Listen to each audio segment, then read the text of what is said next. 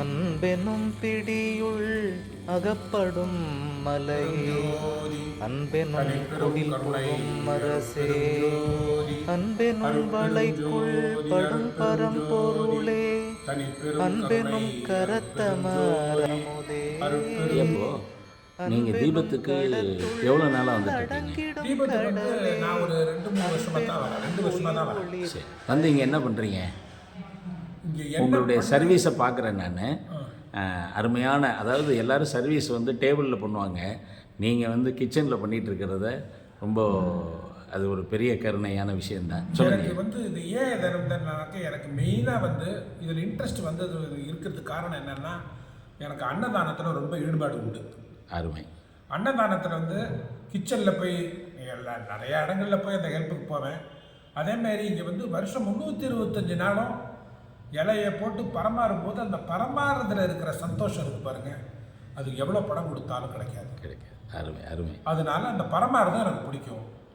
சமைக்கிறது எப்படி ஏன் பிடிக்கும் அப்படின்னு சொன்னால், நம்ம சமைச்ச சாப்பாட்டை எல்லோரும் சாப்பிட்றாங்க அப்படிங்கிற அந்த ஒரு தனித்துவமான இடத்துல தான் எனக்கு அதுலேயும் நான் புரியும். என்னை யாரும் இங்கே வேலையெல்லாம் செய்யுன்னு சொல்ல மாட்டாங்க. எனக்கு என்ன வேலை அங்கே இருக்கோ அதை நான் செய்வேன். அந்த மாதிரி தான் இங்கே தீபம் அறக்கட்டளைக்கு என்னோட ஈடுபாடு. நன்றி. சமீபமாக ஒரு 2 வருஷத்தில் இந்த தீபத்தோட வந்து ஒரு சம்பந்தம் வந்ததுக்கு அப்புறம் நாங்கள் டொனேட் பண்ணதில் இங்கே எல்லாத்தையும் பார்க்கும்போது, நான் கொடுக்குற 500 இருந்தாலும் 1000 இருந்தாலும் 5000 இருந்தாலும் அந்த பணம் வந்து 100% வந்து கரெக்டாக யூஸ் ஆக உபயோகப்படுது அப்படிங்கிற ஒரு எண்ணத்தில் தான் நான் அந்த டொனேஷனே இங்கே பண்ணேன். மக்களுக்காகவே போயிடுது. ஆனால் தீபத்தை பொறுத்த வரைக்கும் நம்ம கொடுக்குற பணம் 100% நல்ல வழியில் அன்னதானத்துக்கும் கல்விதானத்துக்கும், மெயினாக இது 2 தான் மெயினாக நான் பார்த்ததில்ல. கல்விதானத்துக்கும் எனார்மஸ் பீப்புள்ஸ் வந்து இதில் நன்மை அடைகிறாங்கங்கிறத நான் நிதர்சனமாக பார்த்ததுனால தான் எனக்கு இதில் இன்னும் ஈடுபாடு வந்துக்கிட்டே இருக்குது. அருமைங்க.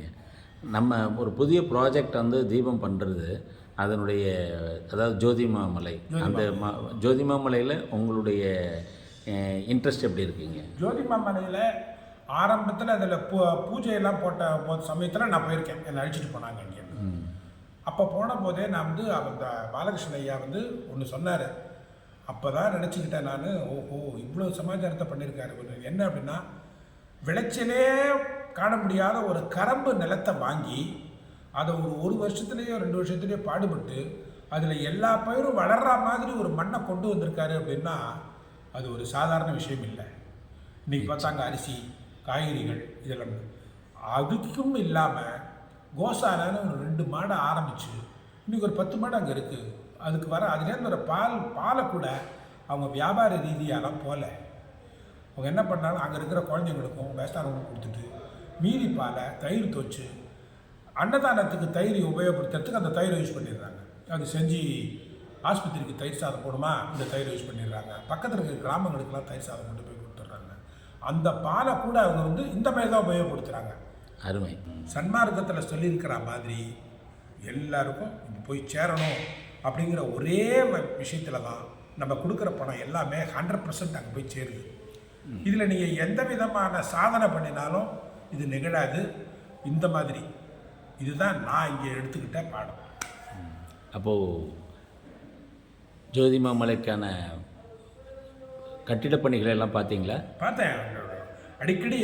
இது ஒன்று, ஜோதிமாமலையில் வாரம் அங்கே என்ன நடக்குதுன்னு ஸ்டேஜ் பை ஸ்டேஜாக சாரம் கட்டுறதுலேருந்து இரும்பு கட்டுறதுலேருந்து சென்ட்ரிங் போடுறதுலேருந்து எல்லாத்தையும் காமிச்சிக்கிட்டே இருக்காங்க. எதுக்கு? அதை நம்ம பார்க்கும்போது சப்போஸ் நான் சாதாரண டோனர்லாம் சொல்லிக்க மாட்டேன். நான் என்ன பெரிய லெவலில் கொடுக்குற டோனர் கூட அவங்க என்ன நினைப்பாங்க, ஆஹா நம்ம கொடுக்குற பணம் வந்து நல்ல வழியில் கிடுகிடுகிடு நடந்துக்கிட்டு இருக்குது, இதை வச்சுக்கிட்டு அவங்க யோசனையே பண்ணலை, ஏற்கனவே நம்ம கொடுத்த பணத்தை வச்சுக்கிட்டு நல்ல வழியில் பண்ணிகிட்ருக்காங்கும் போது அந்த டோனருக்கு இருக்கிற சந்தோஷத்தை சொல்ல முடியாது. அந்த மாதிரி ஒரு சமாச்சாரம். அருமைங்க. ரொம்ப நன்றிங்க. வாழ்த்துக்கள்.